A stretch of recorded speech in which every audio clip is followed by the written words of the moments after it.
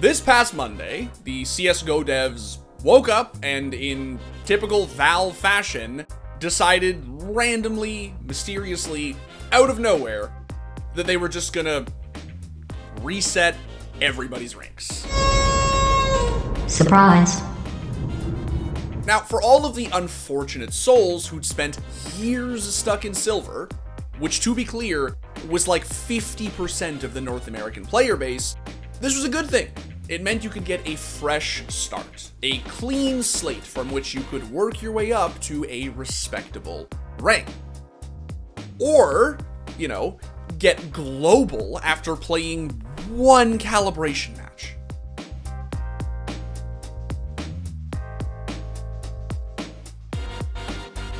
Okay, so before we dive into all of this talk, I must plug that this weekend, theScore Esports will be hosting its live in-office EVO co-stream. From August 5th to 7th, we will be watching and talking about the hypest matchups at EVO over at twitch.tv/theScore Esports. So be sure to tune in. So yeah, Gaben is in fact giving out globals. Let's talk about it. Like I mentioned, this past Monday, the CSGO devs casually dropped a matchmaking update that reset everybody's ranks. That's it. That's really all there is to it. Now, if you hail from League or Dota or Siege, Apex, Valorant, pretty much any esport in which ranks are habitually, regularly reset, this might seem like fairly innocuous news. But let me tell you, in Counter-Strike, this is kind of earth-shattering. Why?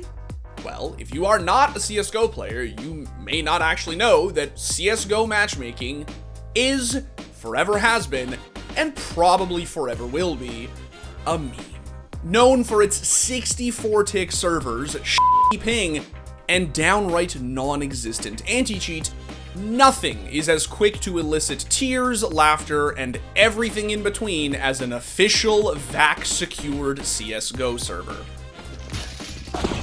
Oh, he's cheating. Cool. Why did you go blatant?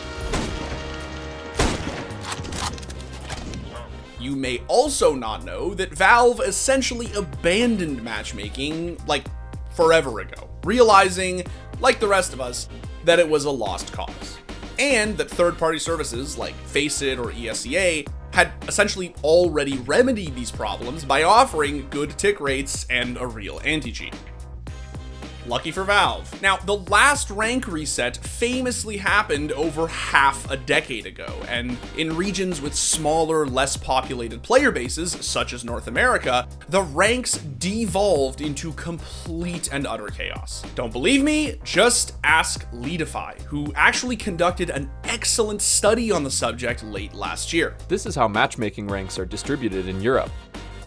But if you plot the same rank distribution graph for North America, you'll get something shockingly different. These clearly aren't the same shape, and this contrast may contribute to a wildly different matchmaking experience between geographic regions. Because player bases like the North American one are so much smaller than, say, Europe's, the ELO system just sort of broke down. In fact, the only reliable way for North Americans such as myself to accrue any real amount of ELO was to find a European friend, queue with them, and colonize MMR from all the unsuspecting supreme ranked inhabiting lobbies across the Atlantic. He's back there, he's on shadow.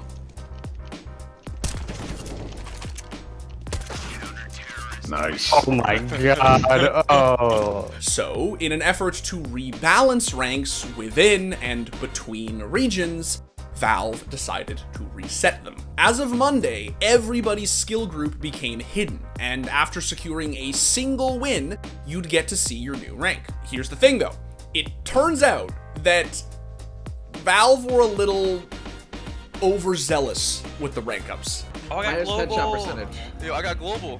I also got global. Tell me I missed out on getting a free global, huh? Wait, I did too. What the? Wait, I got global too. What the? Global! Wait, global!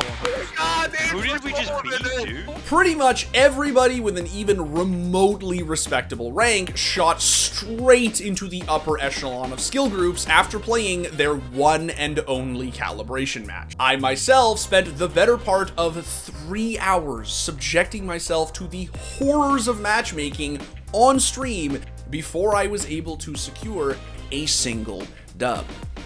And let me tell you, it wasn't for lack of trying.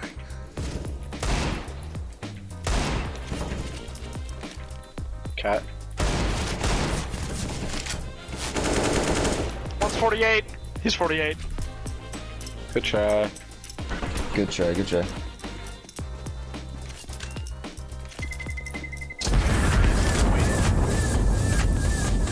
And then, after losing like 3 in a row and playing for a tie on this last short match on Mirage, trust me when I tell you, it was a rough day. I was finally able to get a rank so I could peacefully go back to never, ever playing MM ever again.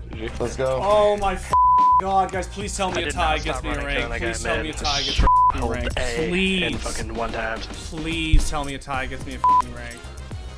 Please. I'm gonna Yes! Oh my god, it's over. Damn. Thank you. It's over. I was so out of rank. Mind you, even this was a trolley rank. As mentioned, I'd lost a couple of games before this, and my account was already in and around MGE to begin with. If I'd won my first game, it's safe to say that I would have for sure calibrated global, as did a lot of people who don't live in EU. We got our ranks. I am literally the same rank. This is so shit. I ranked down. Woohoo. You ranked down, Alec? Yeah. Admiral, did you rank down? Yeah.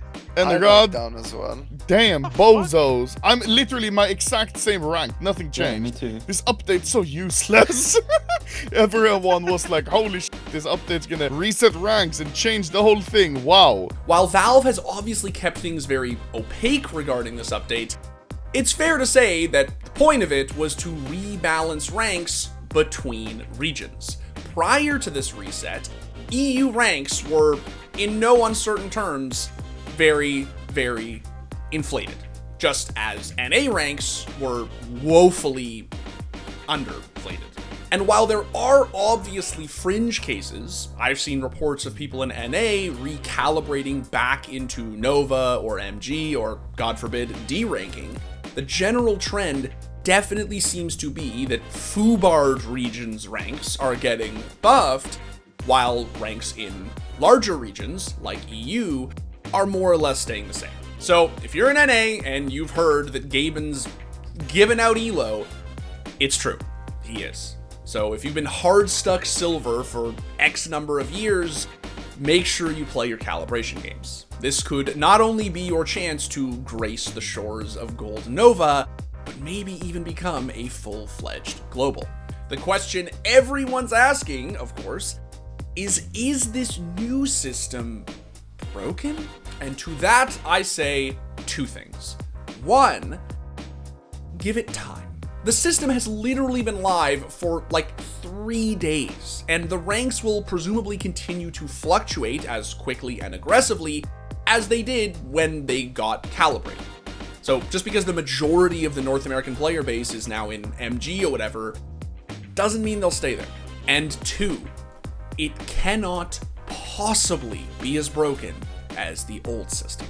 I don't think a lot of you Europeans understand just how horrendously scuffed matchmaking in NA used to be. 50% of the player base was in silver. I once won something like 28 games in a row without ranking up. It was irreparable. Now, will this save matchmaking? No.